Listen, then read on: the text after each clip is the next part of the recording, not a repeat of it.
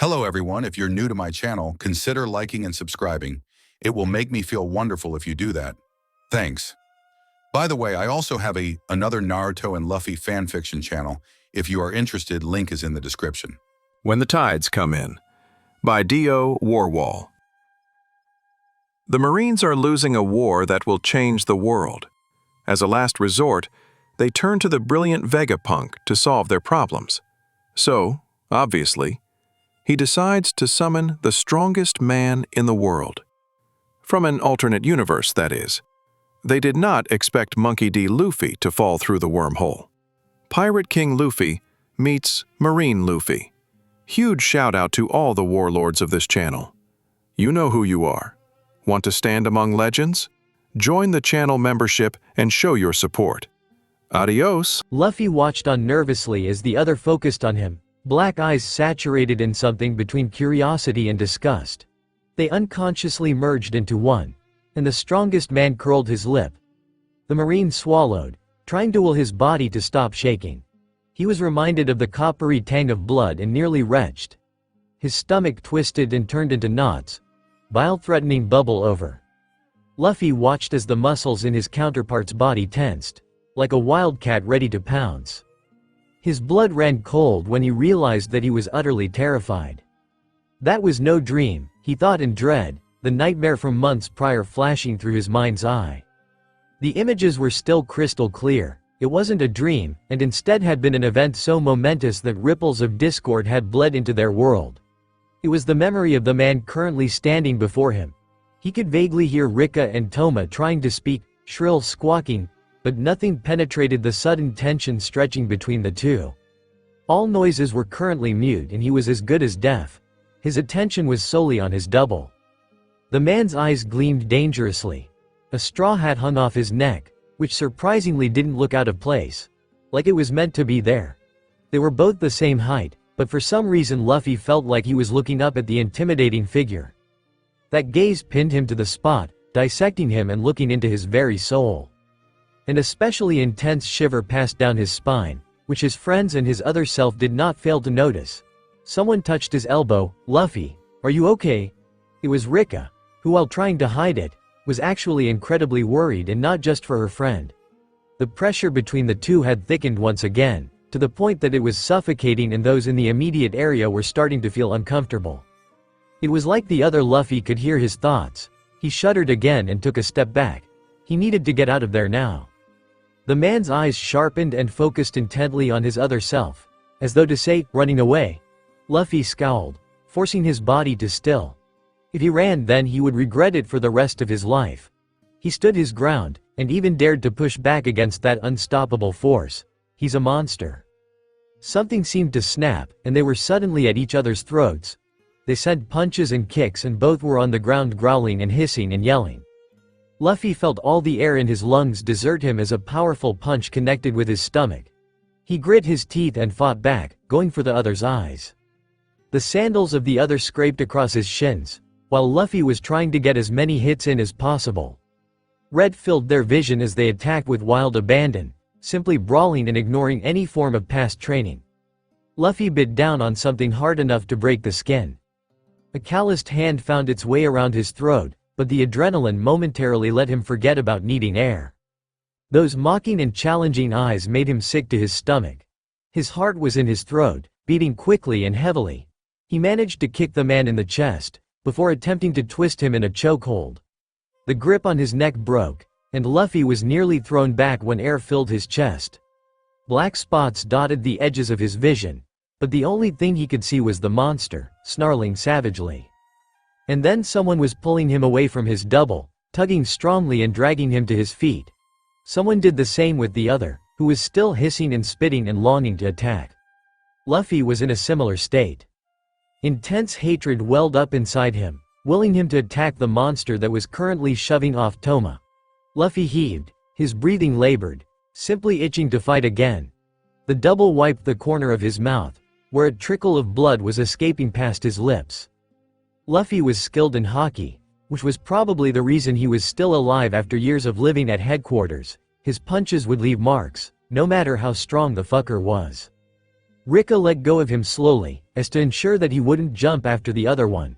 A smirk slowly spread across the stranger's face, before he let out a chuckle.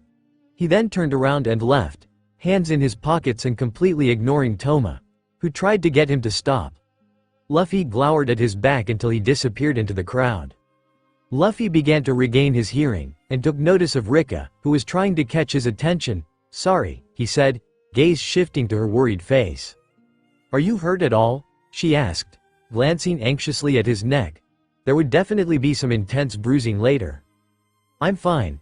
But I got to ask, why the hell is he here?" He growled, not angry at her but at the crazy scientist that was Toma's, and currently Rika's, superior. Toma answered for her, a frown on his face. "He's the one we brought through." Luffy scowled even more, wishing that he could find and attack his other self again. "He can't be trusted," he hissed. Surprisingly, Rika looked sad at that, and at his questioning glance she fidgeted uncomfortably. "He's not so bad once you get to know him. Please, Luffy, just give him a chance."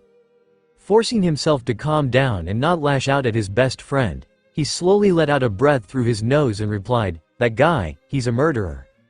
With that, Luffy passed by his friends, who watched him leave in the opposite direction of his counterpart, equally worried for both of them and the future itself. Garp was mad. No, that simple word is not enough to completely encompass the severity of Garp's rage. Words like livid and incensed may fit better, but they too are inadequate to portray the fury leaking from every pore in the elderly marine's body. His face had gone from bright red to purple, and his throat was sore from all the yelling he was doing. His body was under extreme strain.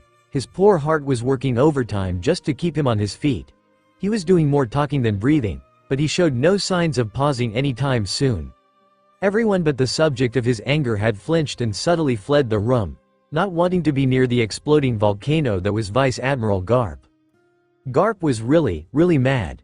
Sengoku, who had expected as much from him, sat patiently and waited for the roaring fire to die down until all that remained were the smoldering embers. Only rank and a certain respect kept Garp from physically lashing out at his superior, but that didn't include his sharp tongue. Slowly but surely Garp stopped verbally abusing Sengoku and sated himself by muttering colorful curses under his breath, pacing back and forth across the length of the office. Still, Sengoku waited for the inevitable question. "Why?" Garp finally said, looking up at his friend. His eyebrows were drawn together and dark circles under those tired eyes made the Vice Admiral look his actual age for once. Sengoku gave a heavy sigh, the kind that only people who've seen all the world's horrors could make. He too looked tired and old, but strong just the same. "Whether we like it or not, we need his help, Garp." "Of all people in how many worlds, why did you bring Luffy?" Garp's shoulders slumped, and he slowly took a seat. The elderly man massaged his temples, as though fighting off the mother of all headaches. "I honestly don't know myself. Vegapunk or the Vegapunks have some sort of hidden agenda. But my gut is telling me that having that boy here will ultimately cause more good than harm." Garp took the information silently, scowling even more. "What are you going to do now?" Sengoku gave a wry smile, surprising Garp. "I'm going to send him after Blackbeard." Blackbeard? Garp's eyes widened, and a natural instinct to protect his grandson filled him. He knew that this other Luffy had to be far more powerful than any of them would be able to handle, considering his title of the strongest man in the world, but that didn't stop him from worrying about the boy's safety. He was going to the Yonkou, and on top of that one with an insanely strong devil fruit.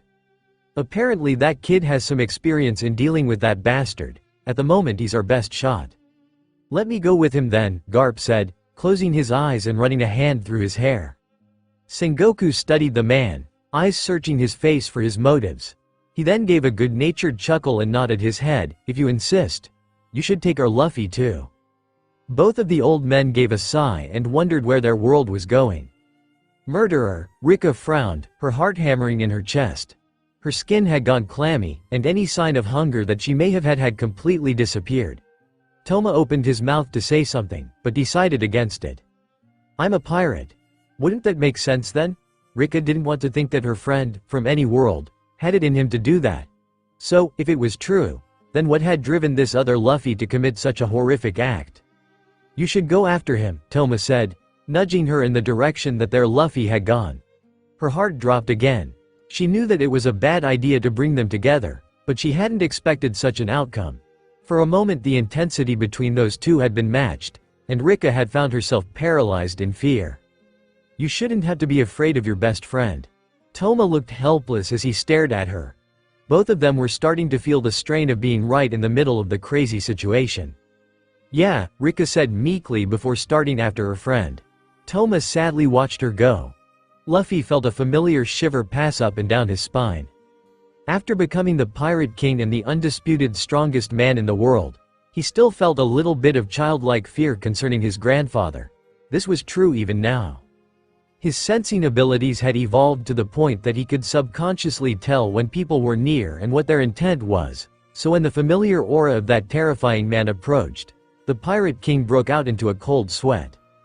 It happened fast though, and as he was previously deep in thought, something he didn't do often because it gave him a headache, he did not have the chance to dodge. He clutched his throbbing head after the punch was received. Ow! What the hell? Eyes watering. He looked back at his other self's grandfather. Or was this man his grandfather too? You stubborn brat! Garp shouted, evidently annoyed at the familiar reaction. Luffy shot him an irritated glare as he rubbed his skull. He was mildly surprised to see his grandfather, but even more surprised to see that he was still a Marine. He then recalled the reason that his own grandfather had retired, and stopped that train of thought before it could carry him further. So, he guessed he wasn't so surprised after all. Garp still smelled of salt water, so Luffy deducted that he had been on some sort of mission with this world's Luffy. His teeth still hurt a little at that thought. That Marine version of him could throw a good punch, and he had been using haki too.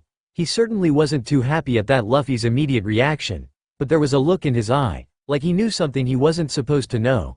This other Luffy pissed him off, but he was curious at the same time. You're coming with me to hunt Blackbeard, Garp said, bringing the Pirate King out of his little internal monologue. Luffy looked up at Garp, frowning slightly. He wasn't surprised about the news, but a thought tugged at the corner of his attention. Wasn't G-Chan Roger's rival or something? He didn't want to know what would happen if Garp discovered that Luffy had also taken the title of Pirate King, especially since this world's Luffy was somehow a Marine. How did that happen anyway? He wanted to know. Damn it. Luffy gave a nod before straightening to his full height again. He was still small in stature compared to the elderly Marine, but that wasn't as much of a concern as when he was still a teenager. A grin tugged at his mouth as he remembered the aftermath of Eni's lobby. That was when he first found out that Dragon was his father. Garp seemed to notice something strange, which once again disrupted Luffy's thoughts. The Pirate King's eyes widened when the old man scrutinized the straw hat dangling from its string. A scowl spread across the Vice Admiral's face, and once again Luffy flushed with a nostalgic fear. His grandfather, in any world, was terrifying. Where do you get that hat? I don't know what you're talking about. He gave a small whistle and averted his eyes, once again falling prey to his terrible lying abilities. He visibly winced when Garp let loose a low rumble. Like he somewhat expected, Garp grabbed him by his collar and shook him for all he was worth. Don't lie to me, you ungrateful brat, he roared. Luffy's ears rung and he began to feel dizzy, so he decided that it was just easier to tell him now, as Garp would somehow shake it out of him later, no pun intended. Shanks gave it to me. Garp dropped the boy, suddenly horrified. He was silent for all of 5 seconds before. You mean Akagami Shanks? Luffy gave a small nod and rubbed his backside, where he had fallen on the ground. He saved my life when I was 7. Wow, that sure brought back memories. That was what, 17 years ago? Garp's gaze darkened considerably. What happened after that? You brought me to Dayton. What Luffy didn't say made much more of an impact than what he did say. Either way, he knew he was in for a world of hurt if he stuck around, so he did the next best thing and booked it before Garp could properly process his own thoughts. Luffy was an idiot, but time and trial had given him small pearls of wisdom. When Rika found Luffy, their Luffy, she did the first thing that came naturally. She punched him in the face. The expression he was making pissed her off to new levels. He looked so uncharacteristically pathetic that it was revolting. This new funk he was in needed to end, so she solved the problem the only way she knew how. Of course, this method had only been crafted to deal with Luffy specifically, but that's beside the point. "What the hell, Rika?" Luffy shouted from where he'd fallen on the floor, rubbing his now bruised cheek. He would probably get a black eye too. "You're an idiot," she sighed and shook her head. As an afterthought she added, "Both of you." Luffy snarled at the mention of his double, but when Rika gave him a sharp look he wisely backed off. The young man gave a sigh of his own, rising to his feet and dusting off his pants. "Are you mad at me?" "Yes," she said. Rika stepped closer to him, and he flinched, but she only examined the bruises on his neck. They were turning a nasty shade of blue, with a sickly tinge of green around the edges. They dipped below the collar of his shirt and wrapped around his entire neck, covering his collarbones and one of his shoulders. "He did quite a number on you," she said quietly, prodding lightly at them. Luffy winced. "Yeah, well," he looked away from her, feeling ashamed. Rika's eyes widened suddenly, and she prodded lower at his ribcage. Luffy gritted his teeth at the sudden sharp pain there. "I think you may have broken a rib or three," she said in concern. "I hope he has too," Luffy blurted without thinking about it. He cried out when Rika pressed down on the wound in her annoyance. "Stop doing that. You do realize that while you come from different worlds, he's still you." Luffy snorted, "He's not me." Rika gave a small smile and tucked a strand of blonde hair behind her ear. "I think you'd be surprised how similar you two are, although I will admit that you're also very different." He pouted childishly and stared at her intently. "How do you know that?" "I've actually had the chance to talk with him, which you didn't bother to do," Rika accused, poking one of her fingers into his chest, where he wasn't injured.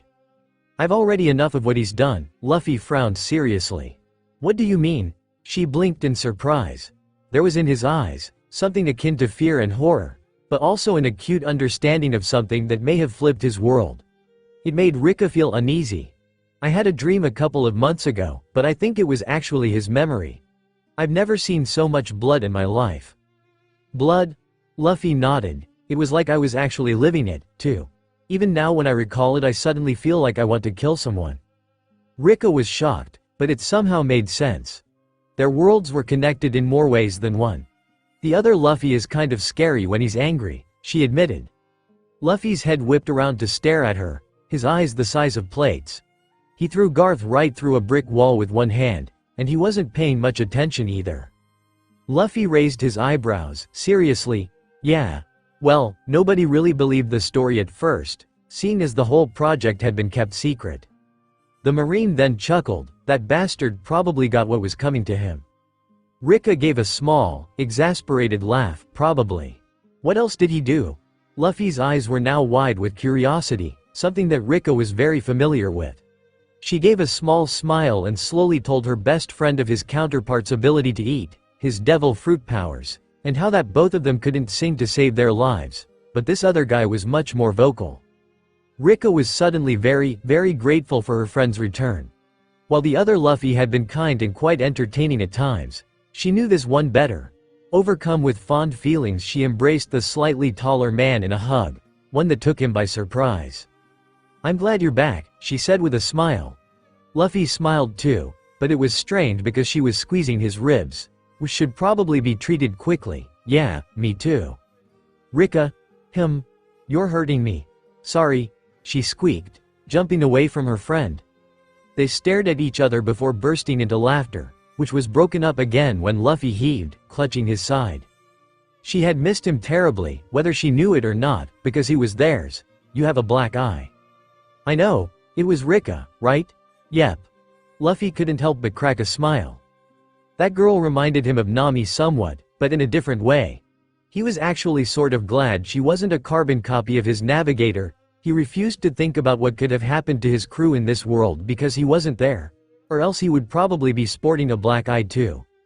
Well, maybe not one that showed up, but one all the same. It was really hard to bruise when you were made of rubber. He closed his eyes and momentarily let himself imagine their voices and presences instead of the large amount of Marines scurrying around, and pretend he wasn't on a warship and instead on Thousand Sunny. But he couldn't ignore his counterpart, who was now staring at him strangely. Both of them were seated on the frontal cannon that served as a temporary replacement for his special seat on Sunny's figurehead. After their initial fight, both of them had backed down from trying to kill each other and instead watched each other closely. Very closely, it seemed. Luffy knew that the Marine watched him when he was trying to sleep, which should have been creepy, but considering the strange circumstance it really wasn't. "You know something about me," Luffy said to the Marine version of himself, feeling a little smug when the other's eyes widened. He huffed and looked away from the pirate. "We're almost the same person." Luffy gave a she of laughter, not minding the response. However, even though he was laughing he was actually being very serious, something that the other Luffy knew too, and knew it well. It wasn't long before Monkey, as Luffy had dubbed the Marine in his head so he wouldn't confuse himself, began to describe their transferred memories. If anything, Luffy's smile grew wider as he thought of the aftermath, but it was also sadder when he thought of the actual fight and events leading up to it. "You killed him," Monkey glared at his counterpart. The Marine had grown up to be quite similar to Luffy morally, with some changes here and there because of his Marine influence. The Pirate King was far more selfish. "He fell," was Luffy's only answer. "You pushed him." He didn't answer at all then. He wouldn't answer. He was almost in denial. But in his heart he knew he did push his half-alive opponent into that gaping chasm, and damn it did it feel good, which was why he wouldn't admit it out loud. He had his revenge, he didn't regret it, he was so very selfish. Luffy leaned back, resting his elbows against the warm metal of the huge cannons. It almost burned to touch, but the cool sea breeze was a nice contrast, so he didn't mind. His hat shaded his eyes against the bright sunlight and he could practically feel the sea in his skin. Everything was peaceful, which was rare on the Grand Line, but he didn't complain. "Why did you become the strongest in your world?" Luffy smirked now and answered cheekily, "Because I could," before sticking his tongue out. The Marine punched him in the arm. "That's not what I meant," Monkey whined. Luffy shook his head. "No, that's why I did it. Because I could, because I want to protect my Nakama, and because I wanted to be free." "Are you then?" "Ah, I am." "What about you?" The Marine Luffy grimaced. "I just want to make G-chan proud." Luffy made a face before fully reclining onto his back, placing his hat over his nose and crossing his arms comfortably behind his head. "What was that for?" "G-chan is scary," Monkey laughed, silently acknowledging that. "When I was little he would come every few weeks and tell us that we were going to be Marines. He kept throwing me into all these dangerous places, nearly killed me." "Us?" Monkey inquired between snorts of laughter. This seemed to be the first time they engaged in a civil conversation without spitting insults. "Me and my brothers." Monkey was instantly jealous. He hadn't grown up with siblings, only the Marines, who until he was 16 were all older or much older than him. But he also guessed that he had been treated like a younger brother for the most part. That is, until he got stronger than them. "What are they like?" "One died years ago and I thought the other had died when we were kids." The Marine couldn't see his double's face, but he could hear the sadness in his voice. Now he felt guilty. "Sorry," he mumbled before looking out at the horizon again. There was an awkward silence for a few minutes, in which neither moved nor spoke. Monkey watched the seagulls following the ship. The weather had seemed to stabilize, which meant that they were probably approaching an island. "I wanted to make Shanks proud too."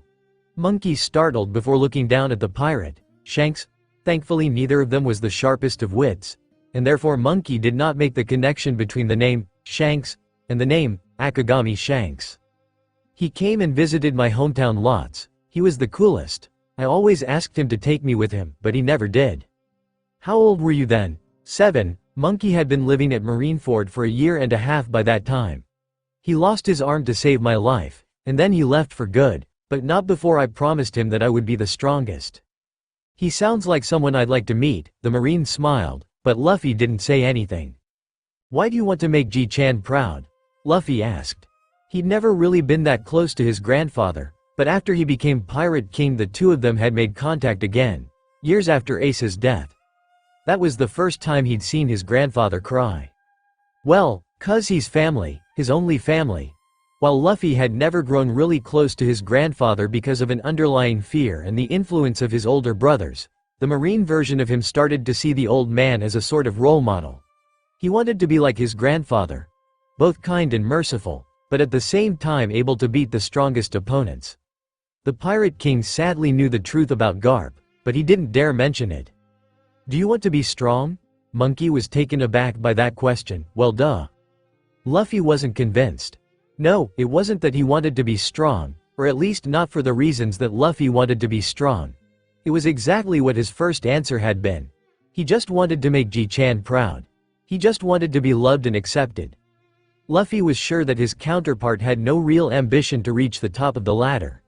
He suspected that helping civilians was also his thing. Are you happy? Yeah. That was good enough for him. You want to get some food? Luffy asked, getting to his feet and brushing his shorts off. He held out his hand, which the Marine took, and hauled him to his feet. Monkey nodded, grinning innocently. This guy wasn't so bad. They were, in essence, the same person after all. The two of them raided the kitchens, and when they both ran for their lives as angry cooks chased them, Luffy shouting something about them being slower than someone called Sanji. They both came to a small understanding of one another. Sure, they were both going to fight and bicker because of their differences, but that was okay. Monkey knew that Rika was right. Rika was always right. And don't go running off, alright? Both of them nodded simultaneously, the uncanny mimicry freaking Garp out. The two Luffys, while different in their own way, were still scarily similar, to the point that Garp was concerned that he wouldn't be able to tell the difference if they really put in an effort to act exactly the same. There were subtle differences, of course, which Garp was glad for.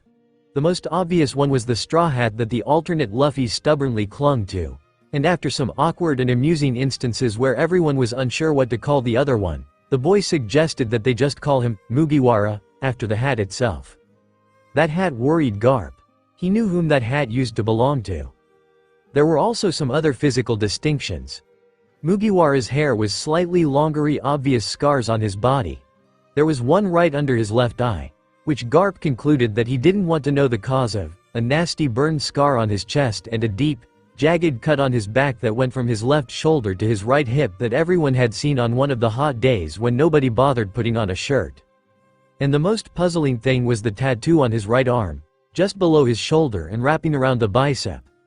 They were characters that Garp couldn't identify, ancient in origin and obviously meaning something, but Garp couldn't fathom what was so important that the boy had it permanently added to his skin. He was also having a hard time trying to remember not to call them boy, as they were physically adults, but it was really hard, considering their behavior the majority of the time, and Garp had practically raised Luffy.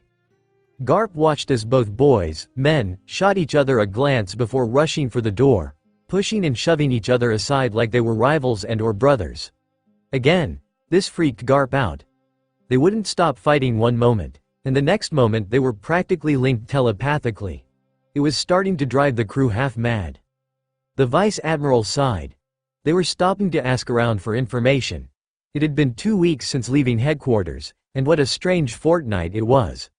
They'd only caught a whiff of the elusive Yonkou, but it was better than nothing he supposed.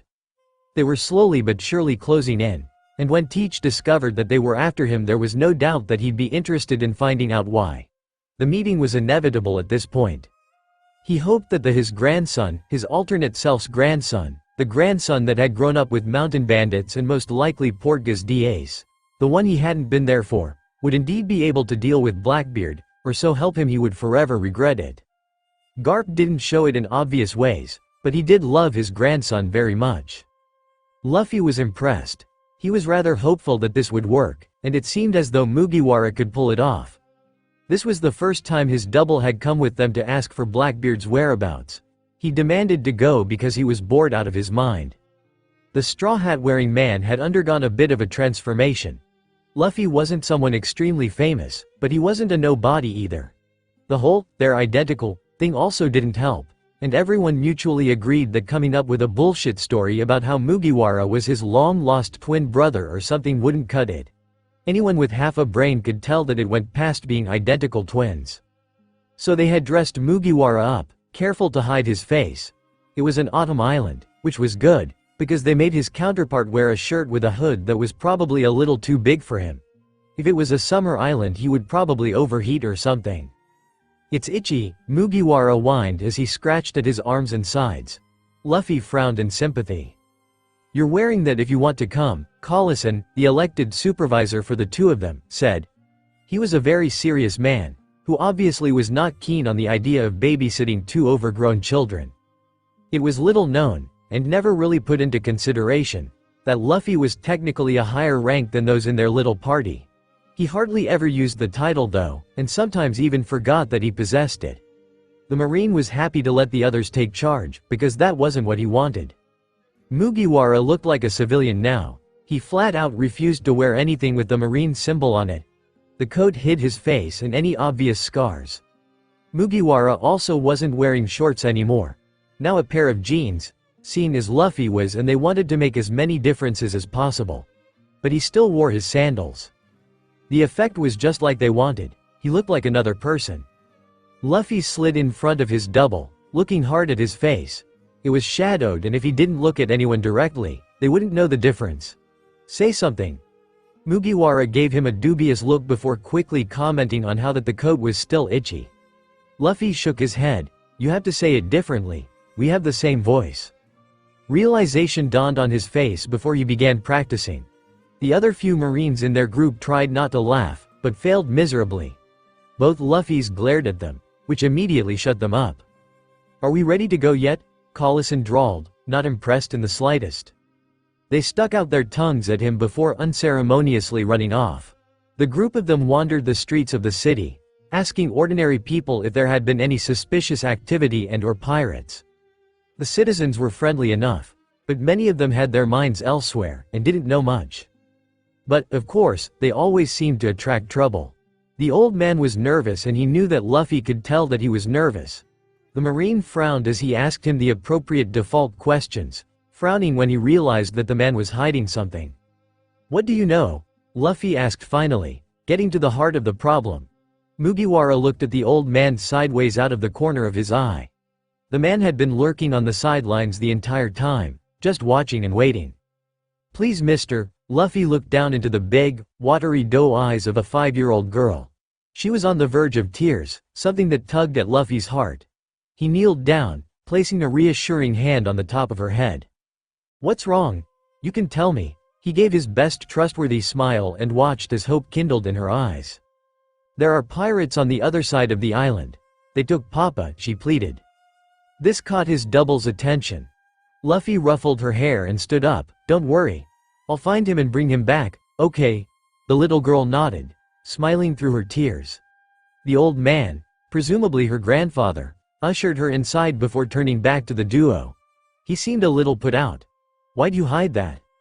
We don't need the Marine's help, he sneered, as though it was second nature. Sorry, Mugiwara chose that time to intervene, pushing forward and resting his elbows on the counter. Were you a pirate, Osan? We won't tell, we promise. The old man looked shocked for a moment before nodding. Luffy frowned, wondering how someone who obviously cared for their family could be a pirate, of all things. Mugiwara shot him a significant glance, and Luffy let the matter go.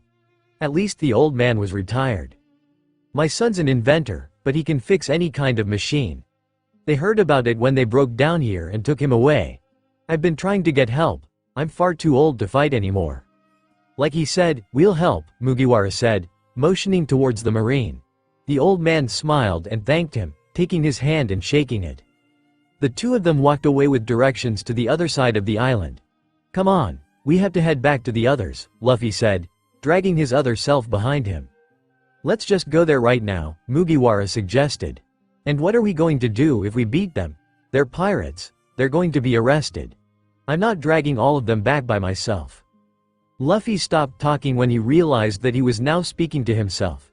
The Marine looked back over his shoulder to see Mugiwara standing in front of the entrance to an alleyway. Oi, Mugiwara, don't just stop. He started running. Luffy growled before running after the other man. He was fast too. The Marine had a hard time catching up with him. Whatever the man had seen, obviously it was important. So it was either a lead or food, but they were passing all kinds of food stalls, so he doubted it was the latter. He dashed down the narrow streets, weaving through people and trying to keep the hooded man in sight at all times. Wait up, he called, watching as the other rushed around a corner. He followed suit, but was surprised when he crashed right into his back. What THD from the ground, holding his nose, which had collided painfully with Mugiwara's shoulder. It was like the pirate couldn't even hear him. Luffy frowned before getting to his feet. He looked past his double, before his eyes widened and his blood ran cold. No way, the universe really liked to mess with him. There, on the ground, sleeping like a baby, sprawled awkwardly in the dust, was none other than Portgas D. Ace. Ace, he breathed. His heart paused in his chest. Blood drummed in his ears. He couldn't move, and he certainly didn't pay attention to the person that had just run into his back. He was more concerned about the man lying on the ground in front of him, in the exact same position as he had died in. It can't be. Oh, he knew it wasn't. He knew very well that it was this world's Ace, that it wasn't really his brother. His brother was dead. Luffy knew that all too well. Marineford came back to him and practically punched him in the face. The war. That horrible war that he had invaded before he was ready, when he wasn't strong enough to amount to the sheer power of those he opposed. That was the day he failed. Presumably at the mercy of one of his narcoleptic fits, the pirate snored loudly, a snot bubble sprouting from his nose, reminding Luffy of the situation. He needed to get Ace out of the street as soon as possible, because according to the insignia on the back of his jacket, this one was also a pirate. We have to turn him in. Luffy looked over at his double, completely dumbfounded. For a moment he'd forgotten that Monkey was even there, never mind that he was a marine. He looked back at Ace, before looking once again at Monkey, who now was giving him a similar confused look. "Are you alright?" Monkey asked hesitantly.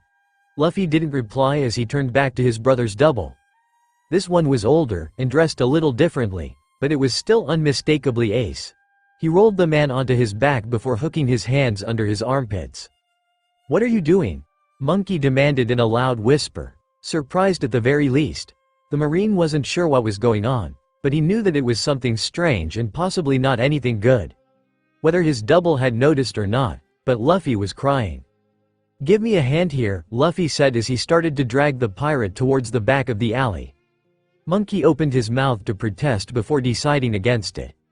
The Marine grabbed Ace by the ankles, all the while shaking his head and hissing words about how they should just go find one of the others and grab some kairoseki cuffs before he woke up.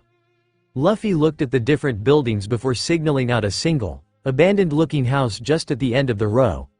There were no people in the tiny space between the houses, which both were thankful for as they carried their cargo into the designated building. They unceremoniously dropped him onto the kitchen floor, standing back to study the still sleeping pirate. "I'll go get the others, you stay here and guard him. I doubt he'll get past you," Monkey said before turning towards the door. To his surprise, Luffy grabbed his elbow in a painfully tight grip.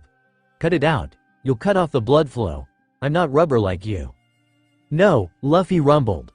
The way that he spoke sent chills dancing up and down Monkey's spine. The Marine could feel all the hairs on his body stand up. Goosebumps crawled across the surface of his arms and legs, and for a moment he was reminded that men had nipples too. That was a voice that promised many things and not all of them good. Luffy was on the verge of breaking out into hysterics, and he really wasn't in the mood to deal with his other self. He grabbed the open door using his elastic abilities and slammed it shut. Only then did he let go of Monkey, but he fixed him a hard glare that kept him in place. He let loose a small amount of haki so that Monkey could feel exactly how serious he was, and indeed, the Marine took a few hesitant steps back as his will vainly tried to match the storm welling up inside his counterpart. "Sit," Luffy commanded gruffly. Monkey obediently sat down in one of the chairs at the small table, mouth clamped shut and eyes wide. Luffy's gaze then swept over to Ace, and something flashed in his eyes, something dangerous. Monkey swallowed. He wasn't sure what was going to happen next. Luffy stood in the shadows, body trembling the entire while. His breathing was uneven and eyes still watery, drinking in Ace's features with manic urgency. He shivered, wondering how Ace's life was like without him in it. A wave of sour guilt washed over him when he remembered that he was the cause of his Ace's death. What was also was his fault. He was snapped out of his panic-stricken spiral of inner turmoil when Ace gave a loud groan and opened his eyes. "The hell? Where am I?" He slurred groggily. A nameless emotion crashed into him, breaking past all his barriers. All the pent-up anger, self-loathing and resentment that had been hiding somewhere deep and dark inside the recesses of his heart burst forward in one explosive outpouring of malignant energy. Ace was good at what he did. He was fairly accustomed to being attacked as soon as he woke up, so he was just able to meet the attack before it met him. Fuck, did it hurt. He knows hockey, Ace realized all too late.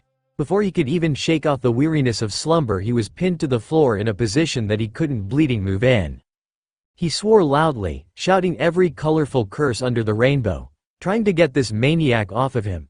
There was a cloud of dark energy surrounding his assailant, which Ace measured to being stronger than Whitebeard's when the old man was in a bad mood, hungry, and they'd run out of sake. This person, whoever he was terribly strong, strong enough that Ace didn't feel ashamed of being a little afraid. And then, to everyone's surprise, and maybe horror, Luffy started crying again. Luffy still wouldn't let Ace go as he hung his head. The tears sizzled off of Ace's exposed skin. He shook with sobs, muttering things like, "You bastard," and, "My fault," under his breath. Ace stopped, his brow crinkling as he wondered what was happening. It definitely wasn't a dream, that's for sure. There was a person, a small person, who was stronger than Whitebeard, sitting on him, while crying. Is it just me or is something really wrong here? What the hell is going on? Who is this psychopath? Ace whispered to the other man in the room, who looked just as surprised and puzzled as he did. The Marine shrugged his narrow shoulders in confusion. Ace looked up at the hooded figure, vainly trying to make out more than just vague facial features. No such luck. So they both waited patiently for the sobbing man to calm down, and when he did, the grip on Ace loosened considerably. The pirate shoved him off before sitting up and giving him a good look at. The hood had fallen down, and Luffy looked a lot younger than he really was in that moment, sitting on his knees and wiping away thick, hot tears with his sleeves. That's when Ace realized that he looked just like the other person sitting at the table. The fuck? His gaze switched from one to the other, taking note of one's casual clothing and straw hat and the other's loose Marine uniform. Were they here to arrest him? If so, he was probably screwed because the kid bawling in front of him could very well kick his ass. Luffy started blubbering uncontrollably. "T's so great to see you. Even if it's not really you. But you look just like him. I miss you so much. You used to be so much politer. Why are you here? Damn it, you bastard. Why the hell did you have to do that?" And so on and so forth. Sometime during the stuttered speech, the kid had grabbed at his chest, fisting the black fabric tightly in his hand while the other continued to remove salty tears and snot from his face. Ace gave him a raised eyebrow, wholly unsure how to deal with what was going on. After a minute of awkward rambling, Ace finally shouted, "Will you shut up?" Luffy immediately stopped, stared up at his older brother, eyes wide and still watery, biting his lip to stop him from breaking down again. His fist clenched just a little tighter. "Who the hell are you and who the hell is this?" Ace growled at Monkey, who up until then had been staring at his counterpart like he was some sort of alien. The Marine took a moment before he answered. "I'm Monkey D. Luffy." Ace looked shocked. "Grandson? So who's this then?" Monkey grimaced. "He's me from an alternate dimension. It's a long story." "Nani? Alternate dimension?" Ace's jaw hit the ground before he stared in awe at the still crying man on the floor beside him. After a few moments of gobsmacked surprise, he reined himself in and shot a distrusting glare at the Marine. "So why are you here then?" It was Luffy who answered. The boy chuckled with a wet hiccup, drying the last of the tears. "They want me to fight Blackbeard. We didn't expect to see you." "And why are you crying?" Luffy gave a sad, nostalgic smile that seemed out of place on such a usually cheerful person. "It's been years since I saw you last, since you died." Anything up to that point was pebbles compared to the boulder that crashed down on Ace then. He couldn't doubt that it was the truth. The Whitebeard pirates were aware that the Marines had been investigating possibilities of alternate dimensions and how to create a bridge between them. Apparently it had worked, but now. "So let me get this straight, in another world, I somehow know Luffy, probably pretty well, and somehow, in this other world, I'm dead? What the fuck is that supposed to mean?" he said out loud. However, Luffy only started to cry again, and Ace decided that yelling wasn't going to be the best way to get information out of the pair. Physical means was out of the question at this point. With a heavy sigh, he got to his feet and rummaged around the small kitchen before making some nearly instant tea with some water and his fire-related abilities. Monkey helped his double to his feet and set him down at the table next to him. Ace sat opposite to them, right next to the door if he needed a quick escape route. Both of them watched as Luffy drank his tea, using it to calm his frayed nerves and settle the jitters that had been shooting through his body. But it was really hard to relax when the man he considered his brother, the one that had died right in front of him, to protect him, was currently staring at him like he was a complete fruitcake. "Are you really going to be alright?" Monkey asked him when he finished, to which he nodded stiffly at. "Great. Now explain to me how you know me and why I'm dead in another world." Luffy jolted. He was still not ready to revisit those memories. He shook his head, gripping the edge of the table until his knuckles turned white. Ace let that one pass, scowling. "How do you know a pirate in the first place?" Monkey asked with obvious suspicion. Luffy, being in the delicate state that he was in, was very prone to letting things slip. "I am a pirate," Luffy said as he royally screwed up the entire situation. The two witnesses in the room blinked once, in unison, before letting out a loud, synchronized, "What?" In the street, people stopped in their tracks, looking over shoulders and between houses momentarily. Collison, along with his associate Andrews, stopped dead in their tracks before sharing a glance. "Was that? Nah, couldn't have been." They both shrugged and continued on their way. "Oops, I wasn't supposed to say that." Luffy grimaced before chuckling nervously at the incredulous stares he was getting from the other two. "Garp dropped you off at Dayton's," Ace deadpanned. Luffy nodded. Their reactions to his major revelation managed to ground him in reality, so he found he was ready to talk now. "You didn't like me very much for a while. I thought you and Sabo were going to kill me."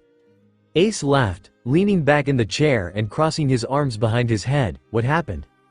Luffy quickly explained his discovery of their pirate savings and how they eventually became brothers.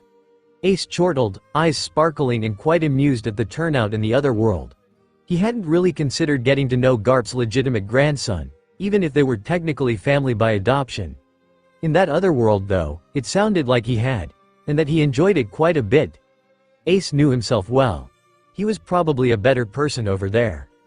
Luffy described the many adventures they had when they were young, from hunting wild animals to their daily sparring matches, that Luffy always lost, to annoying Dayton to death. The two pirates were smiling with evident fondness, Luffy in memory while Ace in imagination. "So how did I die?" Ace inquired, now curious. Luffy's grin faded, and his eyes gave off a serious edge. "Akainu punched a hole through your chest." "A hole through my chest? Why'd I let that happen?" Luffy lowered his head so that his straw hat was hiding his eyes. "You saved my life." A deathly still silence permeated the small abandoned house. Ace could only think one thing. Oh shit, not again. When Luffy started to cry once more, Ace panicked, standing up abruptly and awkwardly gesturing for him to somehow stop. "Hey, don't cry. I'm sure I had a good reason." Luffy looked up at his not brother before choking out. "You were finally free though. I did all that stuff you saved you and you had to go and protect me again." "Free? What did you do for me?" Ace whispered. Luffy stifled a sob before roughly explaining his break-in to Impel Down and the following war. Ace was suddenly humbled by the man. Luffy loved him so much that he would do some pretty crazy shit to make sure that he was safe. And then Ace went and died on the poor kid. If he were to meet his other self in the afterlife, he noted to punch him in the face. Especially when Luffy started explaining in great detail exactly what had happened when he was free. "I'm an idiot. Just another thing to add to my ever-growing pile of regrets." Ace was bitter. Luffy recollected himself before asking what had been itching at his consciousness the entire time. "Why are you here?" "I'm hunting Blackbeard too," he sighed. "Still. That fucker killed Thatch and handed Sabo over to the Marines. I'll kill him if it's the last thing I do." "Sabo's alive in this world?" Luffy said with wide eyes. "You mean he dead in your world?" "No, but I thought he died when we were kids." "Ouch. We got to get him out." Luffy smiled, already excited to meet a pirate version of his other elder brother.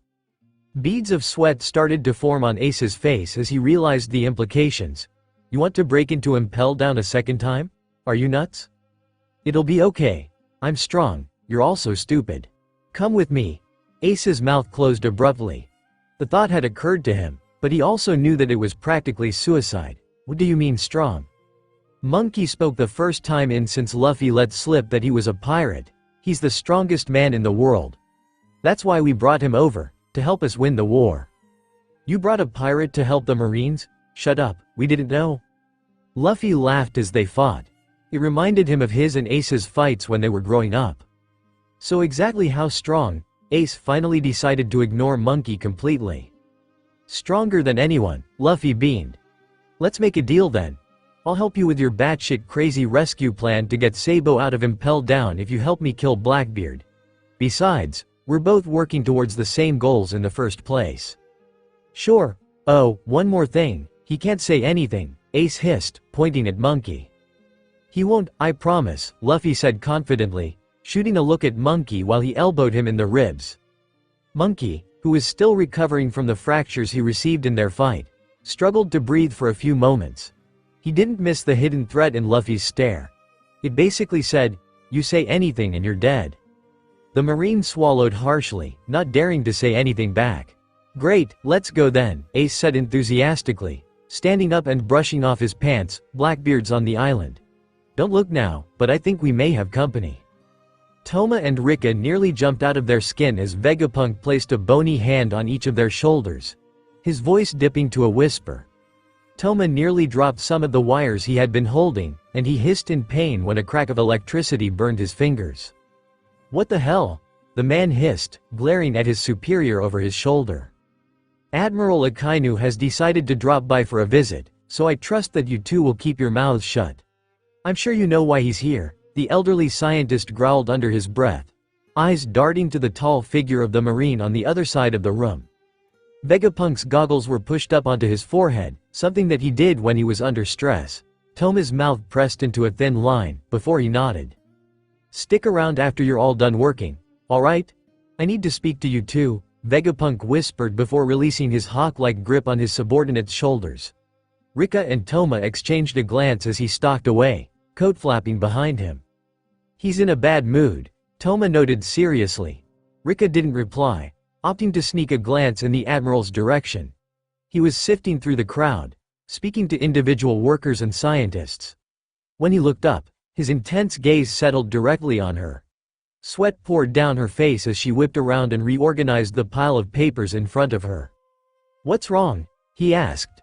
Akainu, she squeaked out. Her heart felt heavy. She could practically feel the tension around the world mounting. Something was going to happen soon. However, they had more pressing concerns. The previously mentioned admiral slowly and steadily made his way around the workshop before he approached the nervous pair. Both of their bodies were tight like a drawn bow, their anxiety nearly visible. Just like Vegapunk had done earlier, Akainu placed a hand on each of their shoulders as his own way of telling them that there was no escape. Under normal circumstances the action just wouldn't be professional. Vegapunk was hardly professional. But in this case it was simply threatening. How's work going? Akainu's hoarse voice asked deceptively innocently. Rika tensed even more to the point that she was holding back tears. Just fine, sir, Toma said politely, his jaw clenching. I'm sure this whole experience has been mind-numbing, especially for the two of you, who know that man so well. Not that well, sir. The one we pulled through is virtually a stranger, not like our Luffy, Rika said weakly, trying not to shake. The Admiral paused, evaluating her answer. He then sneered, I don't trust that kid, understand? You shouldn't either. So if you have any information, tell me, or I'll hold you both responsible if anything happens. Both of them shuddered. They both let out a breath they didn't know they'd been holding as the Admiral left the room. What the hell was that? Toma shouted, venting his anger. He paced back and forth, only fueling his agitated mood. Rika watched on sitting on top of a desk and fiddling with her lab coat. Vegapunk leaned against the nearby wall, just as bothered. That's a clear provocation, goddammit. If Toma had anything close at hand he would have thrown it. Fuck, Vegapunk, what's going on? Toma roared at his superior, stopping in his tracks to glare daggers. The scientist was silent for a moment. Admiral Akainu's first impression of Luffy, the other world's Luffy, was poor at best, and vice versa. There's a deep-seated hatred for Akainu in that man's heart, and Luffy being, well, Luffy, he's not the best at rationalizing. He hates our Akainu just as much, maybe even more. I don't know why, and it seems as though Admiral Akainu has picked upon the subtler changes in your friend too. Since when does Luffy know the meaning of the word subtle? Toma shot back. Vegapunk gave a short bark of laughter. Under normal circumstances I would agree with you, But this is a bit more complicated. The two Luffy's lives are very different. I'll tell you what I told Sengoku. That man is dangerous. Dangerous? Toma snorted. He'd heard of what happened at Alabasta, and he'd seen the other Luffy do some pretty wild things in the short time he'd known him, but still, it was Luffy they were associating the word with, which was new to him. The man who played with children in the city streets, who'd only ever used his gun once and couldn't stand the sight of blood, was dangerous. Absolute madness, it was. And well known for it too, Rika whispered quietly under her breath, but evidently loud enough that the other two in the room hear her. What do you mean by that? Toma stared. On the other hand, Vegapunk's eyes widened in a moment of realization. Oh my, you already know, don't you? The scientist laughed, throwing his head back, then consider me impressed. Rika flushed, not able to meet their gazes. She remembered the night spent talking on the rooftop, he telling her about the people he cared about and some of the things he'd gone through. What? Toma gawked, looking back between the two of them. Will someone explain to me what you're talking about? Toma, do you remember when Luffy told us that he wanted to be a pirate? Of course, why? She gave him a significant look, raising her eyebrows. Oh, Toma breathed, getting what she was trying to say. Yeah. So, now that we are on the same page, I'm sure that I won't have to remind you of what could happen if we let that little bit of information get out. The two of you are closest to the Luffy of this world, so I trust you with this knowledge, Vegapunk said seriously. Toma nodded, dumbstruck, completely calm now. So why is he, I mean, the other Luffy, helping us then? He wants to go home, obviously. However, the work that we are doing right now is completely irrelevant. What do you mean, irrelevant? Rika scowled. This isn't his home, and he has family and friends over there, too. We have to find a way to get him back there. Vegapunk smiled in his annoying, I know something you don't know, way, a mischievous twinkle in his eyes. Exactly, and this is why I need your help. Things are getting restless.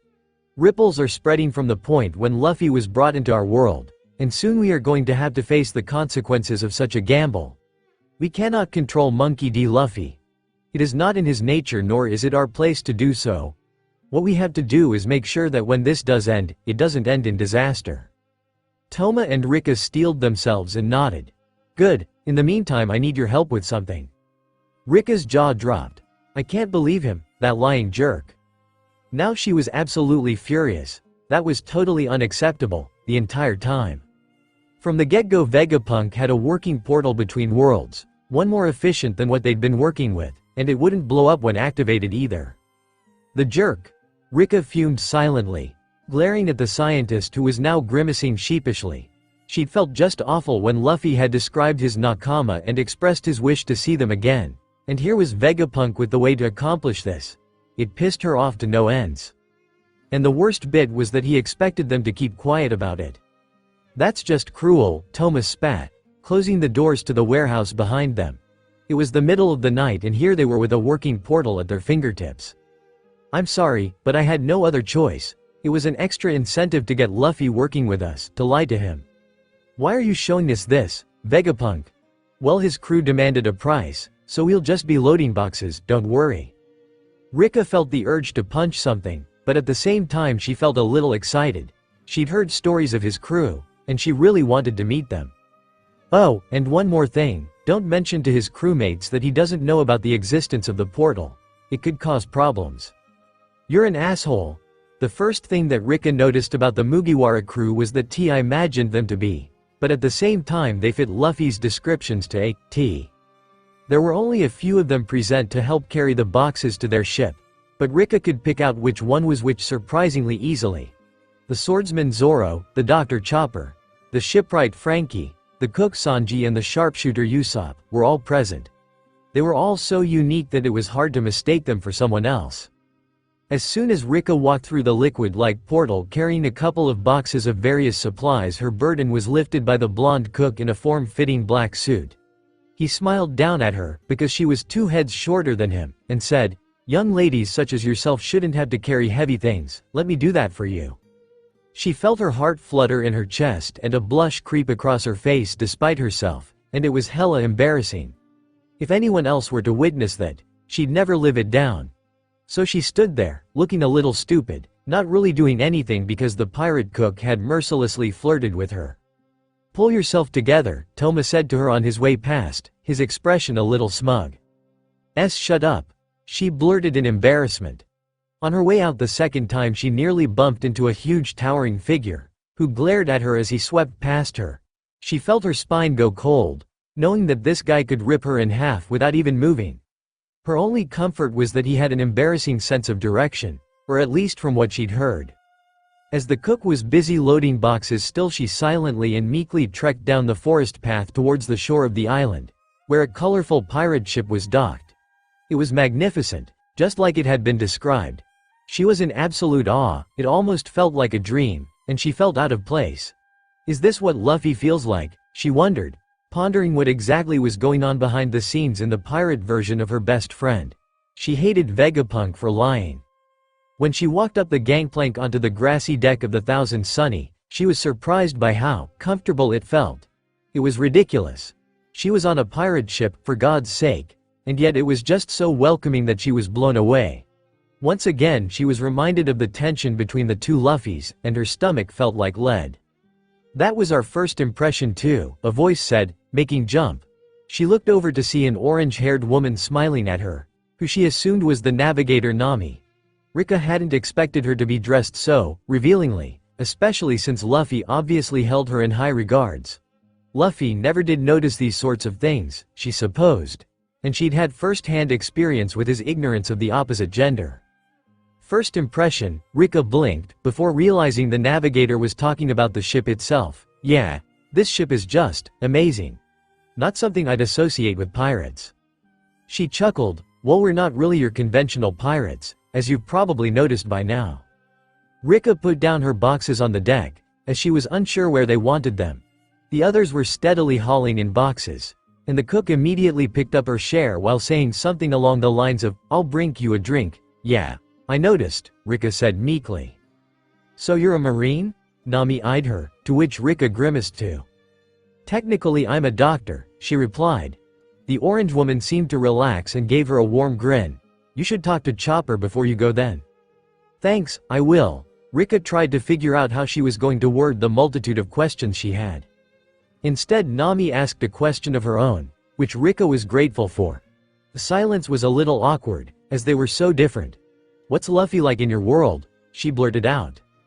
Rika laughed, grinning fondly. "A lot like yours, but there's some pretty obvious differences." "Like what?"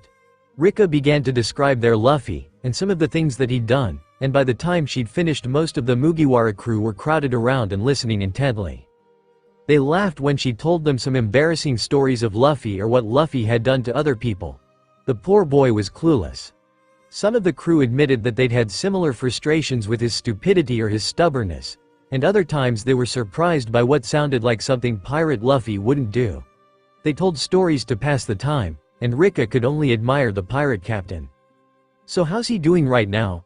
Usopp asked. She liked him, he was nice, sensible and down to earth, even if it sounded like he exaggerated things just a little. "I'm not sure. He went off with our Luffy and Vice Admiral Garp to hunt Blackbeard." As soon as she mentioned the Yonku's name there was a collective hiss of hatred and disgust. "Did I say something wrong?" "No, it's just that Blackbeard is one of the most disgusting people we've ever met, and we've met a lot of psychopaths. He's one of the few people our captain will never, ever forgive, under any circumstances. The Blackbeard in your world is going to be in for one hell of a beating," Nami explained. The thought made her a little uncomfortable.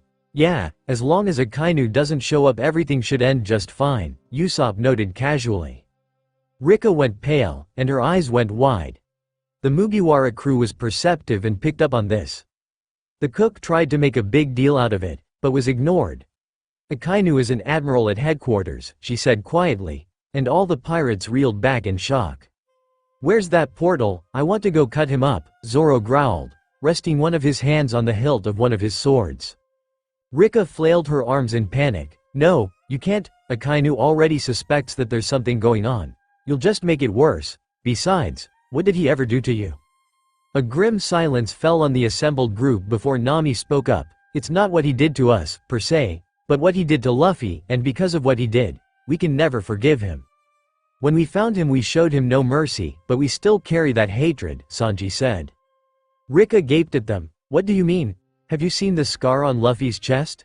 The historian, Nico Robin, which was really weird because she was dead in their world, asked her. She nodded. Akainu gave that to Luffy after he murdered his brother in front of him during the war at Marineford 7 years ago. Oh. The revelation hit Rika like a ton of bricks, and she could only stare, horrified at the thought. She wanted to cry, and when she did Nami rubbed her back. Oh my god, I didn't know, she whispered between sobs. The way that he avoided looking at the bay the first day he arrived was because he looked so sad, watching the ocean. What are you thinking about? My brother.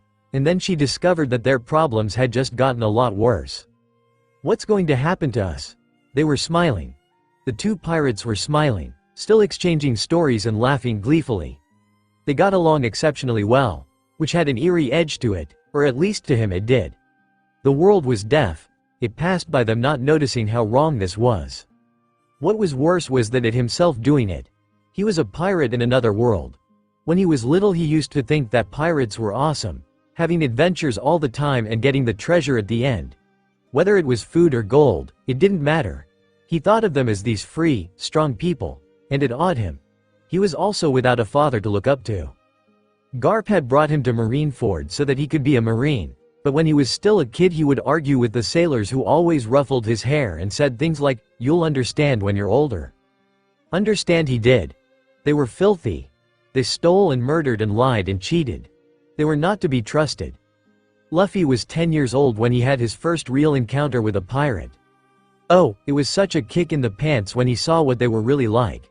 It was the very first time he was allowed to go on a mission with his grandfather, and even then it was a routine patrol. They had raided the ship. They were strong, too, strong for the Grand Line even. One particular man, one missing a lot of teeth and had a dog-based devil's fruit, spotted him from across the deck when everyone was distracted and fighting. It was a hunt to that bastard. He was playing with his food. Luffy remembered how scared he was, how absolutely terrified, and just before he lost consciousness his grandfather had finally found him, but the damage was done. Luffy had been bedridden for weeks. There was one particular scar on his right shoulder blade that never really healed either. Oh, the blood, there had been so much blood. The word, pirate, had been tainted for him ever since. And there was Mugiwara, a different version of him, who'd grown up to be one of those monsters. Monkey couldn't even begin to imagine the blood that was on his hands. It was himself too, which horrified him the most. It wasn't right. The world could be very well ending and they wouldn't give a damn. All those people he'd seen, whose lives were ruined by selfish s. He'd seen crying families clutching the mangled bodies of loved ones, children abused and abducted, people willing to die just to protect those they cared about.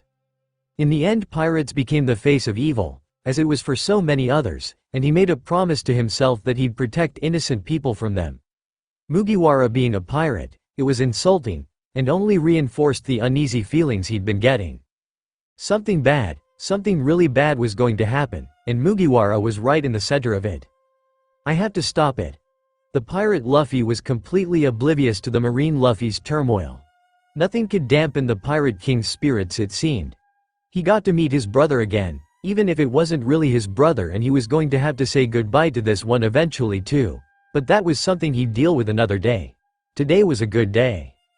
He hadn't really noticed it, but when he thought of Ace he'd always had that overwhelming guilt stashed away. Sure, he'd talked about Ace with his Nakama and Rayleigh and others. He'd promised himself that he wouldn't let another person precious to him die. So far he'd kept it. But, on those bad days, because yes, even Luffy had bad days, his thoughts would travel back to that incident. He wouldn't wear his cardigan just because of the color. Anything red would set him off. When night fell he'd stay awake, mourning his brother. It was an ache that never really dulled. It was an ache carved into his skin, literally. It was a relief to be able to talk to Ace again, because hell, this was Ace. Whether it was an alternate Ace or not, it was still Ace. His heart wouldn't stop thundering in his chest, and he felt a guilty pleasure in telling this Ace about what he'd been thinking and feeling when that shit went down. Now his thoughts turned to Blackbeard. A simmering hatred bubbled up from the pit of his stomach when thinking of that fucker. Their first meeting, well, second, after all that stuff in the bar with Bellamy had happened. Luffy had been almost impressed. He thought that he wasn't such a bad guy after all. It had been a real slap in the face when months later the man had appeared and impelled down, claiming that he was Blackbeard, the man who had handed Ace over to the Marines. From what this Ace had said, Sabo wasn't in line for execution, which was good, but it still made Luffy uneasy because he'd been down there for a while. When Luffy had asked, Ace wouldn't answer and instead scowled. Oh well. What was important was that he was talking to Ace, his dead brother, and they were going to beat up Blackbeard together. It was like a dream come true. You're crying again, the other pirate said, to which Luffy blinked at before rubbing his face with the sleeve to his sweater. No, I'm not, I'm fine, he protested. Good, because we're nearly there, Ace said, his voice lowering to nearly a whisper. Luffy smiled and nodded before mimicking Ace's hand movements by placing a finger to his lips. He snickered, following his brother as he crouched down in the foliage. The other side of the island had sudden cliffs, with beautiful views of the ocean. As it was an autumn island, all the leaves on the trees were orange and red and yellow, which made for a blended painted-like imagery. It was breathtaking, but that wasn't concerning them right now. The old man in the village had said that his son was an inventor, but could repair anything. The three of them peeked out from the bushes, and saw the said inventor kneeling on the ground in chains. Ace looked over at their ship and noted that it was in disrepair. They must need him for repairs more than anything else. Probably hit some rocks in shallow water. Their navigator is an idiot.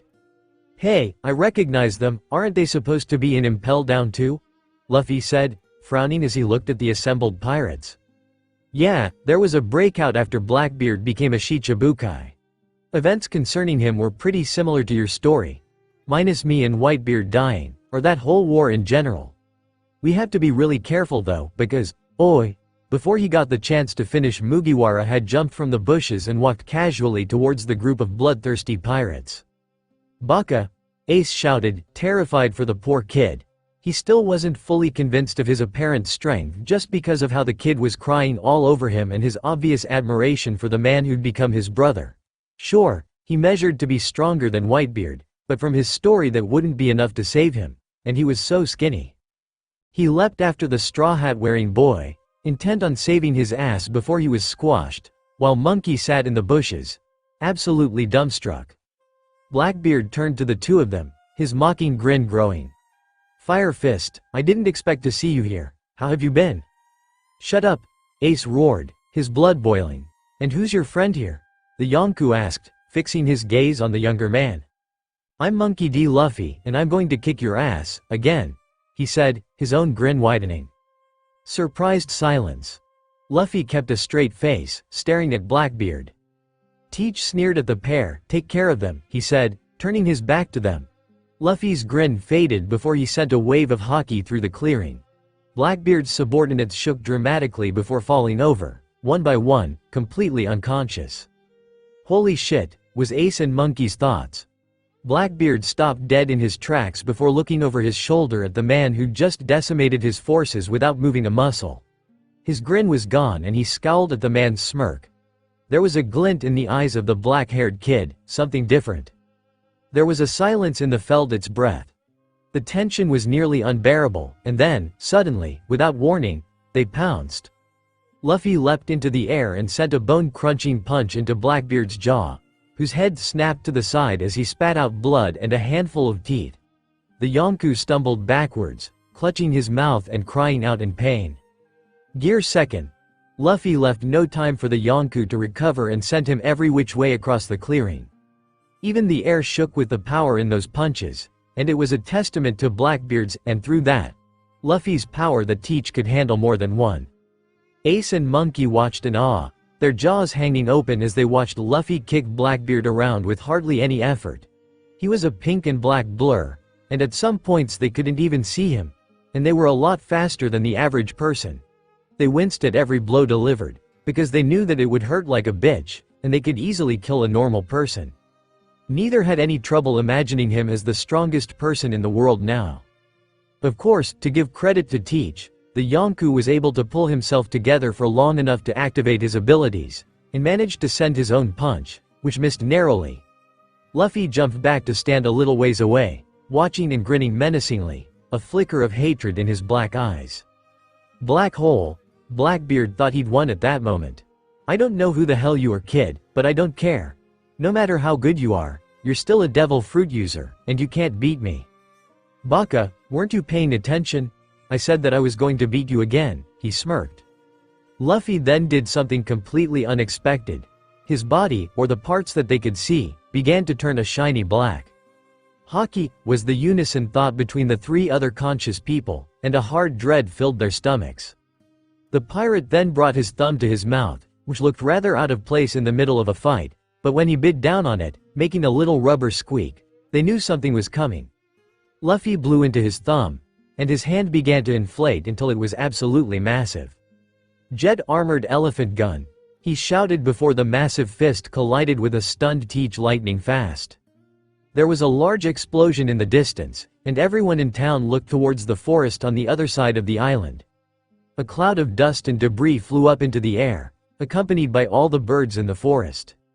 Collison and Andrews exchanged glances. That was definitely him. Yep. They took off running.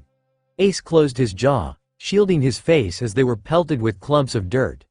There was now a good-sized crater in the middle of the damn forest with a squashed Blackbeard at the bottom. They weren't even really sure if he was alive anymore, and after that, he was supposed to feel pain just as much, or even more than normal people with his fruit abilities, right? The dust slowly cleared to reveal Mugiwara standing on the edge of the crater looking down into it.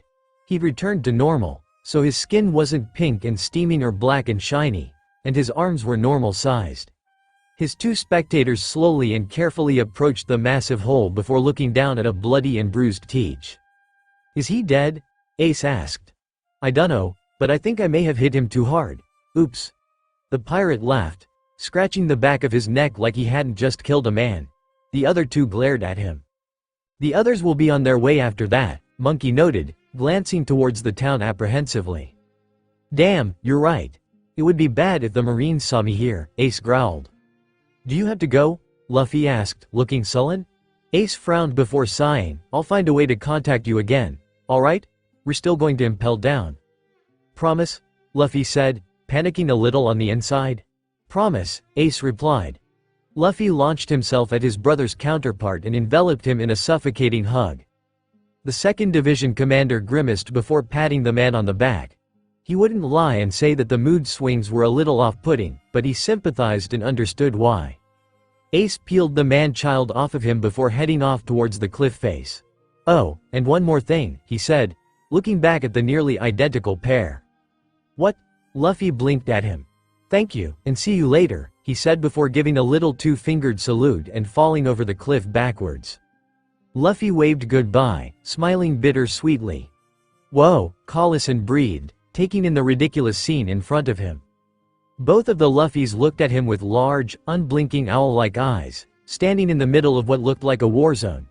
There was a crater, a freaking hole in the ground easily the size of a warship, with a mangled Teach lying at the bottom.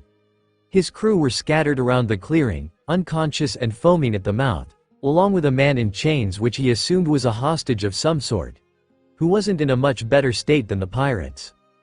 Good job, he croaked meekly, unable to come up with anything better than that in his shock. Garp woke suddenly and abruptly. He swatted away his grandson before sitting up in bed, his brow drawn together in confusion. It had been years since Luffy woke him up in the middle of the night. It must be serious then. What do you want? His voice was like gravel right after waking up. He flicked on a lamp and watched as Luffy pulled up a chair next to his bed. He didn't look like a troubled boy, no, he looked a lot older than he really was at that moment, and Garp felt his insides grow cold. Luffy, G-chan, Luffy began, his hands gripping his knees tightly. His teeth worked themselves side to side, and whatever was troubling him must be world-changing, the Vice Admiral frowned. He's a pirate, he suddenly shouted, making Garp jump. His grandson looked at him with intense eyes, both angry and confused and torn. It was pulling at him, wearing him down to the bone. He'd noticed. Luffy was starting to withdraw, even if just a little bit. He was spending way too much time in his own head than was healthy for him. There was a growing resentment. Garp looked at the ground before answering, I know. Luffy felt betrayed. His grandfather had known. What the hell? Why? I don't know much, but that hat he carries around, it used to belong to Gold D. Roger, the Pirate King. Right now in this world it belongs to Akagami Shanks. I wanted to make Shanks proud too. Luffy remembered that dream, and the emotions from it that he pushed aside were recalled in a sudden wave. Mugiwara was ready to kill, and ready to die, it was fitting. Something big is going to happen, Ji-chan, I just know it, he whispered, holding back the tears of simply being overwhelmed. They were going above and beyond anything they'd ever encountered before, and nothing would be the same ever again. There was no pretending now. It was changed permanently. Yes, Garp agreed. If you get in the way of my dream, I'll kill you. He had to move faster, she was going to die if they didn't move, blast of energy so thick that it burned the insides of his lungs, zombies clinging to his limbs, rotting flesh writhing with maggots. She was crying, I want to live. The ocean was heavy, he was drowning. Blood, so much blood it's on my hands, he can't be dead. And oh, I will stop you, die you fucker. They buried him alive, dirt pattered on the coffin lid. She smiled, but they were all unconscious, they're dead. No, they're not, they're my nakama. I'm not ready for this, I'm weak. The dog's eyes were brown and dark.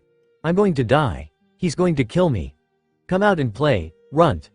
Fingers crawled down his throat, he gagged and cried, but when he bit them the man punched him in the back. The cook was dead. She tried to protect him, he danced with her mangled body. Ribcage ripped open.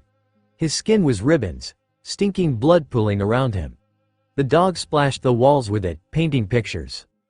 Please stop, somebody help me. Two simultaneously opened their eyes, hoarding air like it was in short supply. The Pirate King nearly fell out of the hammock, sweat clinging to his skin like a bad cold. He didn't often have nightmares like that, and they were only ever memories. That last bit had been different.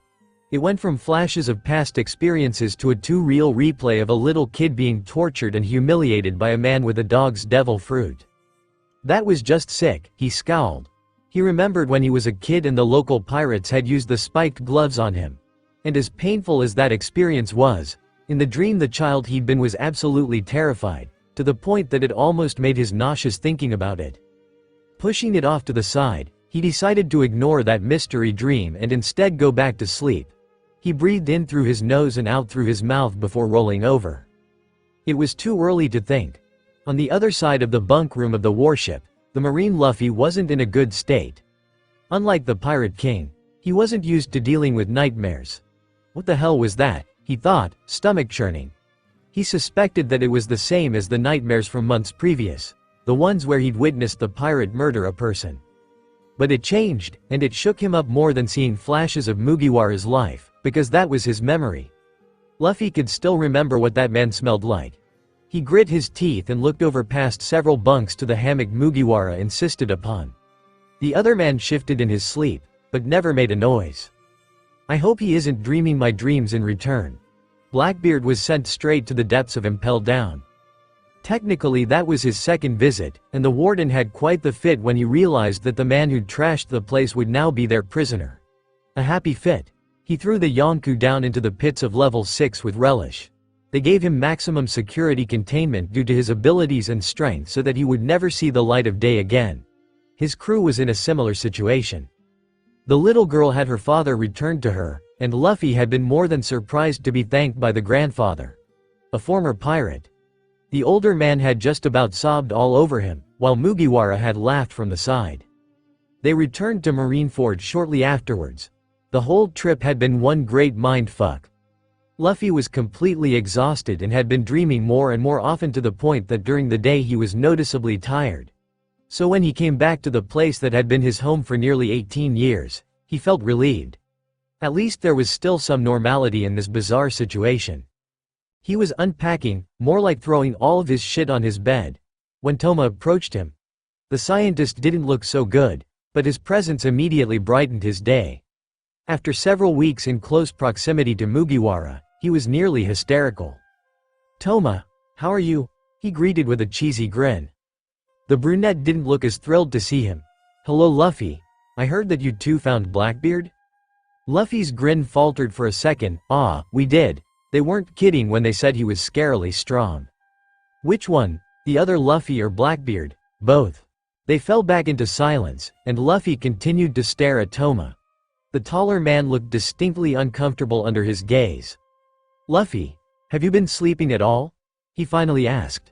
Luffy blinked at him in surprise. "Not really, how did you know? I've known you for years. You're pretty easy to read after a while." He pouted and sat down on the edge of the bed. Toma cracked a grin. "So what's been troubling you?" "I don't trust him," Luffy growled. "He's up to something."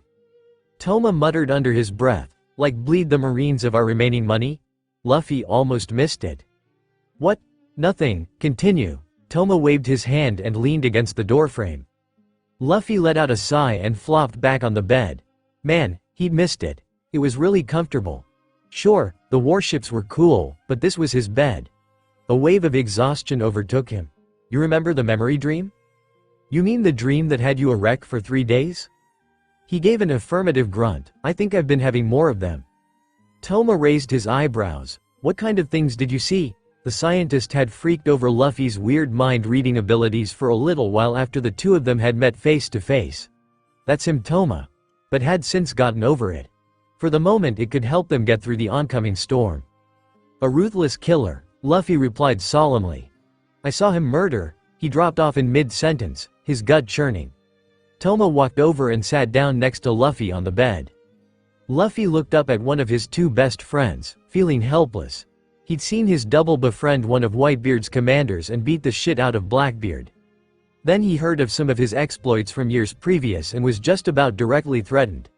That was just the tip of the iceberg, it seemed. They were the same age, and a lot can happen in a single year. Their lives were at the opposite sides of the spectrum. Now the pirate was going to stir up more trouble, on purpose. And his instincts were screaming at him to do something, anything, to stop him from hurting anyone. But he felt absolutely helpless. It was something he loathed. He swallowed harshly and stared directly into Toma's eyes. "Who did you see him kill?" Toma asked urgently. "Admiral Sakazuki Akainu." "Ah, Garp-san. There you are." Garp had been brooding.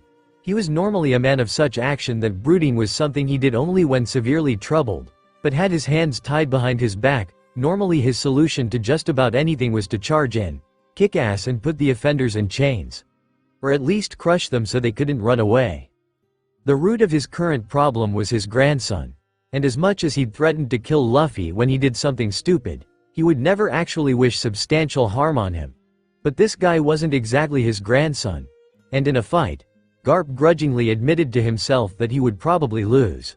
Such was his misfortune. Don't even get him started on that bloody straw hat. Alternate universes were certainly a pain in the ass, he eventually decided. Only then was he interrupted. The elderly Marine turned his head and was shocked to the bone to see none other than Admiral Akainu standing next to him. His brow crinkled. Akainu hadn't been wandering headquarters of late, instead lurking behind closed doors, discussing matters extensively with his peers, or out doing field work. Just because they had the strongest man in the world didn't mean that the war was automatically won. A weapon is usually used more than once, after all. He wasn't all that happy about the other Luffy being treated like he was a weapon. Also, he'd noticed the way that Luffy's friends got all panicky when the Admiral Ed Vegapunk had taken to outright avoiding him. "Do you have a minute to talk?" the Admiral in question asked politely. Garp knew him to be a manipulative and unbending man. The fact that he was seeking him out was unsettling. He'd play the game though. "I do, I was just admiring the view," he replied patiently, turning his gaze back to the window he'd been standing at, but watching out of the corner of his eye. "Did you witness our guest defeat Marshal D. Teach?" Garp's mouth pressed into a thin line. "I'm afraid not, only my grandson, Luffy did. The results are in the report though, if you wanted to know." "I was curious about your opinion," Akainu noted with a hint of aggression in his voice. Garp studied his face closely. To his alarm he noticed faded, hardly visible bruising on his neck. "That boy is hiding things from us, and he is prone to violence. A sword can prove dangerous to its master when gripped by the blade." "I'm getting sick and tired of all the metaphors," Garp scowled. He addressed the Admiral directly. "Admiral Akainu, I respect you as a fellow soldier, but you must understand something about me." The man gave him a raised eyebrow, and what would that be? Garp got right in his face, angry enough that even the man of absolute justice took a step back. I don't care what he's like or what he's done, and I especially don't care about alternate versions or whatever. Luffy is my grandson, and I won't let you lay a finger on him. Luffy enjoyed his morning runs. He usually got up at the crack of dawn, ate, and then ran down to the docks. Today was no exception. The downside of being away on missions meant that he couldn't participate in his morning rituals. It was just about dead silent at this time of the day, when no one was up and the sun was just peeking over the horizon. The water was washed orange and pink, like the ocean was set ablaze. It filled him with feelings of contentment and peace. When it was warm, he spent time in the water, diving to the bottom of the bay trying to catch fish with his bare hands. There had been one time he was almost eaten by a shark, but that hadn't been enough to scare him away. He'd been heading down one of the last streets on his normal route when he was approached. There was a figure leaning against one of the buildings, seemingly waiting for him to arrive. As he approached, he sensed a flare from the cloaked figure, his sensing abilities triggering all alarms. Luffy stopped in the middle of the road, watching. The figure seemed to spot him, and the grin on their face was almost smug. They pushed themselves off the wall before approaching him. Monkey D. Luffy. Oh shit, he thought, recognizing the voice. Of course he would have a cloak. Portgas D. Ace was a wanted man after all, and walking into Marine headquarters was a stupid idea even by his standards. Luffy's body tensed and he prepared to fight if necessary. Why the hell are you here? He hissed.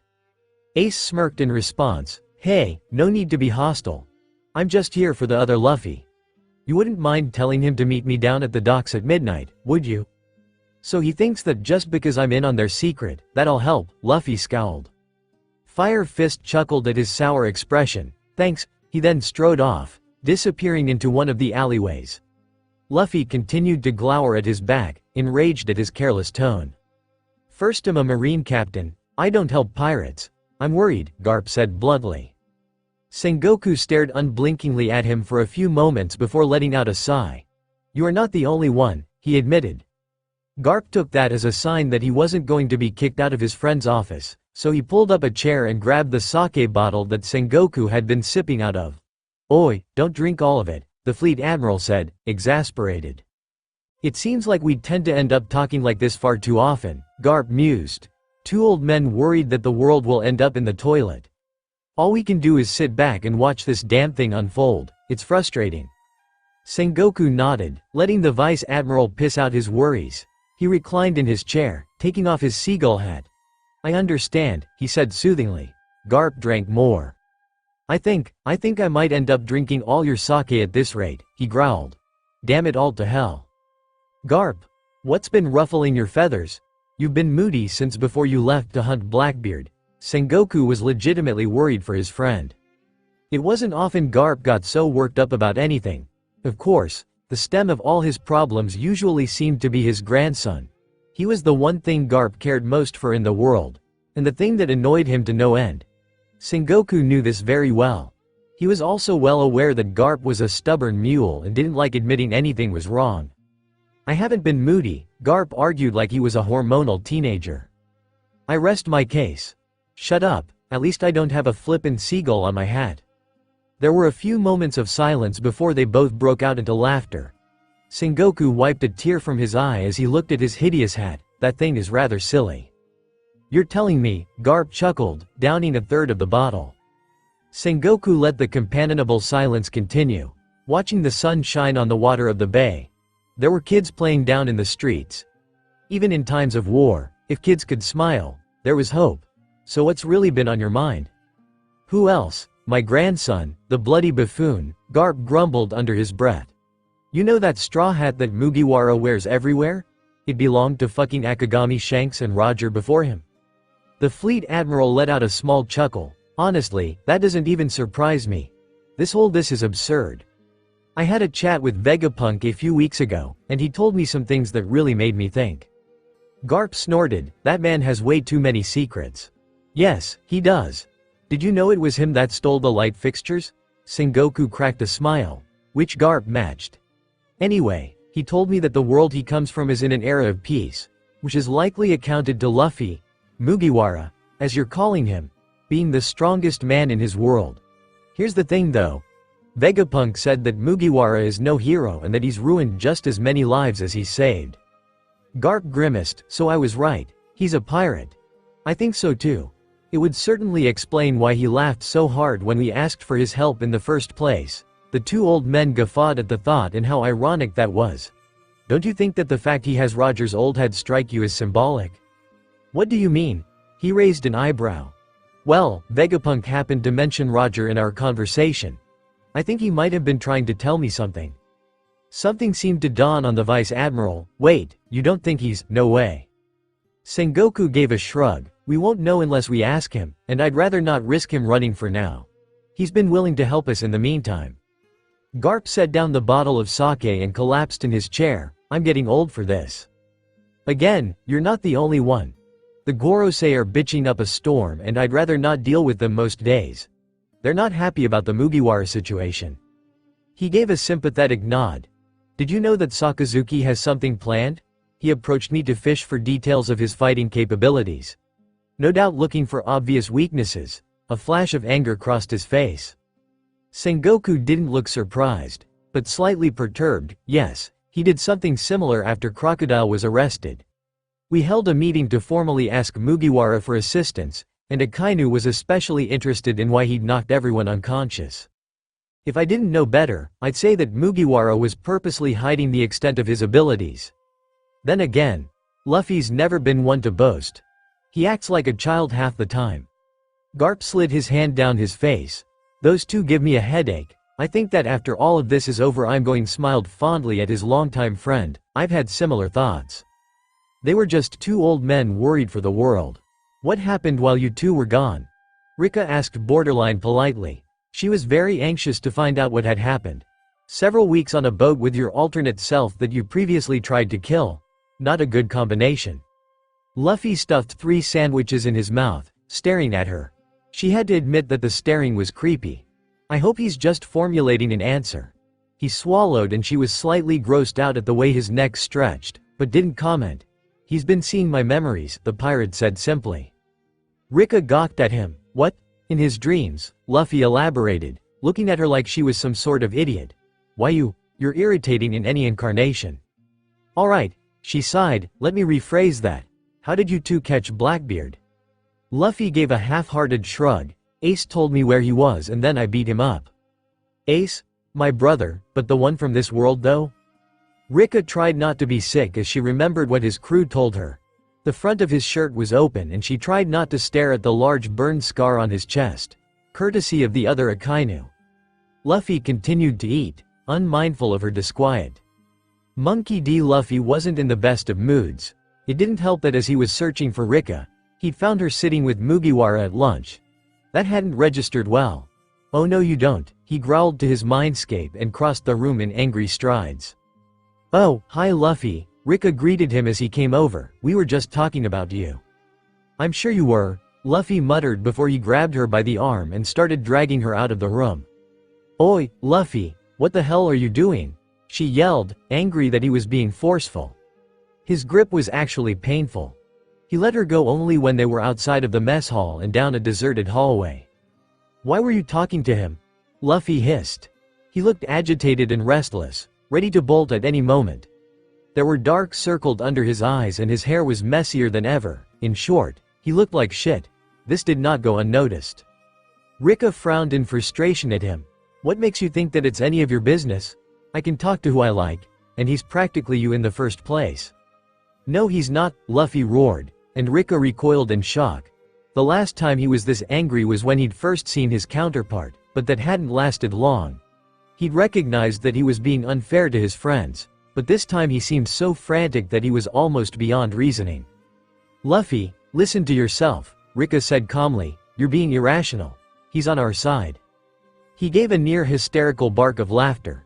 You really believe that? You said it yourself. He's scary when angry, he wouldn't hesitate to hurt people. He's still you, no matter how much you deny it, and he isn't that much of a jerk. Unlike you. You're being awfully jerky right now. She crossed her arms over her chest and stared at him like a mother lecturing their child.